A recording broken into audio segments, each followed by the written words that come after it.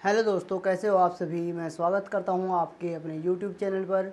जैसे कि आप सभी जानते हैं कि मैं अकाउंट के 11वीं क्लास के बच्चों को लेखा शास्त्र पढ़ा रहा हूं। लेखा शास्त्र में जनरल एंट्री के क्वेश्चन करा रहा हूं। तो अभी भी जनरल एंट्री के क्वेश्चन चल रहे हैं। तो जनरल एंट्री का क्वेश्चन नंबर मैं आज 16 कराने जा रहा हूँ। उसके बाद लेजर की शुरुआत भी होगी, क्योंकि ये क्वेश्चन जो है लेजर से संबंधित है। यानी कि निम्नलिखित लेन देनों की रोजनामा में प्रविष्टि कर खाते में खतौनी कीजिए। खाते में खतौनी का मतलब है लेजर में भी इसकी पोस्टिंग करनी है। तो फिलहाल इस वीडियो में मैं इसकी एंट्री सारी कराने वाला हूँ। आने वाली वीडियो में हम लेजर भी करेंगे, यानी कि खाता बही भी करेंगे। चलिए स्टार्ट करते हैं। क्वेश्चन नंबर 16 इसमें दिया गया है कि 1 नवंबर 2017 एक नवंबर को क्या है कि 1 नवंबर को 2017 को रोकड़ 1.5 लाख रुपए से 50,000 रुपये के माल से व्यापार आरंभ किया। तो यहाँ पर क्या लिखेंगे, कैश अकाउंट डेबिट और माल भी है। तो जब 50,000 रुपये का माल है तो स्टॉक है, stock account debit to capital account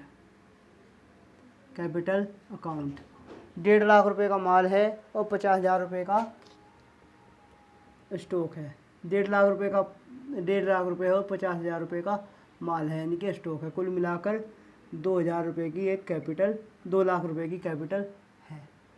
अब उसके बाद 3 नवंबर को हरीश से माल खरीदा 30,000 रुपये का। 3 नवंबर को हरीश से माल खरीदा 30,000 रुपये का। तो इसका मतलब यह है कि उधार माल खरीदा है। Purchase account debit to Harish से माल खरीदा है कितने का, 30,000 रुपये का। 30,000 रुपये का।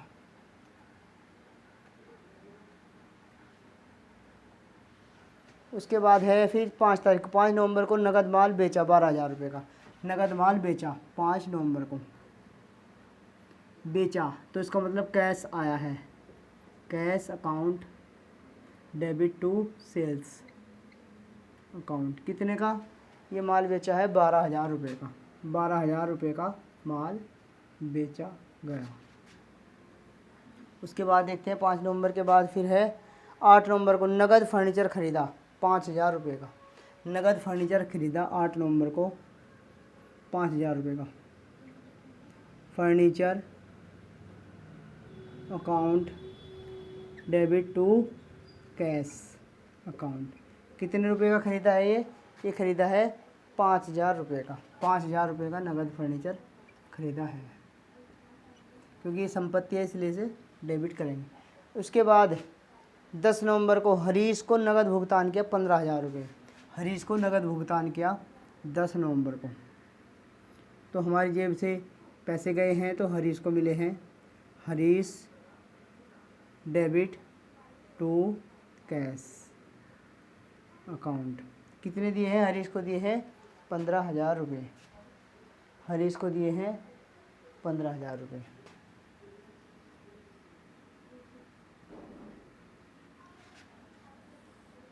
दस नवंबर के बाद फिर है 13 नवंबर को विविध व्ययों का भुगतान किया 200 रुपये। 13 नवंबर को sundry expenses account debit to cash कितने रुपए का भुगतान किया है, 200 रुपये का। 200 रुपये से यहाँ पर एंट्री कर देंगे। इसके बाद 13 नवंबर के बाद है फिर 15 नवंबर को नगद बिक्री की 15,000 रुपये की। तो 15 नवंबर को नगद बिक्री की 15,000 रुपये की। तो इसका मतलब कैश आया है। Cash account debit to sales account 15,000 रुपये की। उसके बाद नेक्स्ट एंट्री है, एक एंट्री और आ जाएगी यहाँ पर। नेक्स्ट एंट्री है 18 नवंबर को बैंक खाते में जमा कराए 5,000 रुपये। 18 नवंबर को bank account debit to cash account यहाँ पर लिखेंगे 15। इसमें जमा कराए हैं, बैंक में जमा कराए हैं 5,000 रुपये।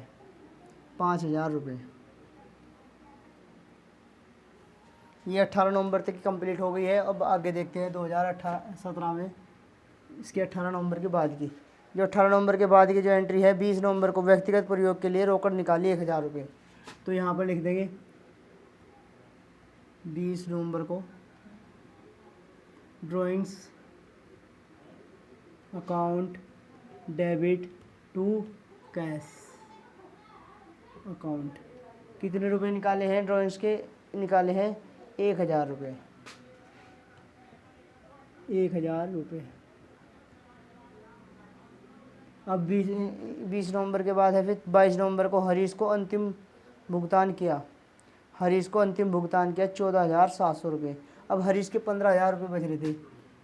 तो ये है कितनी तारीख को है ये? 22 नवंबर को। 22 नवंबर को हरीश को भुगतान किया। हरीश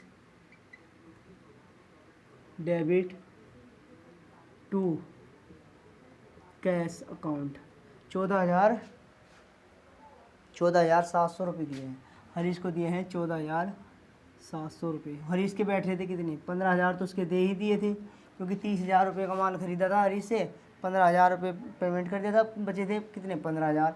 तो 15,000 रुपये, लेकिन हमें कम चुकाने पड़े हैं।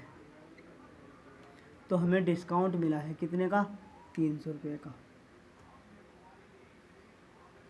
22 तारीख के बाद फिर है 25 नवंबर को नीतीश को माल बेचा 7,000 रुपये का।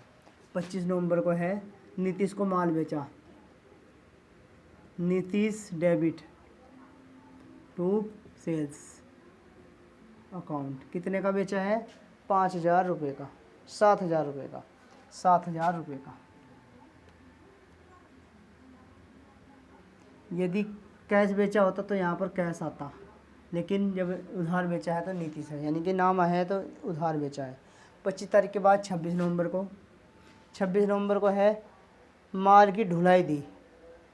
माल की ढुलाई दी, तो इसे लिख देंगे 26 नवंबर को cartage account debit to cash account. कितने रुपए की ढुलाई दी है? ढुलाई दी है 200 रुपये की। 200 रुपये की ढुलाई दी है। 26 तारीख के बाद 27 नवंबर को किराए का भुगतान किया 1,500 रुपये का। 27 नवंबर को किराए का rent account debit to cash account, ये दिया है 27 नवंबर को। 27 नवंबर को 1,500 रुपये किराए का भुगतान किया है। किराए का भुगतान 1,500 रुपये का किया है।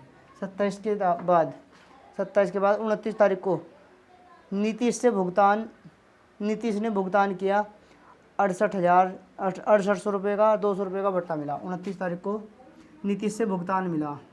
Cash account debit to Nitish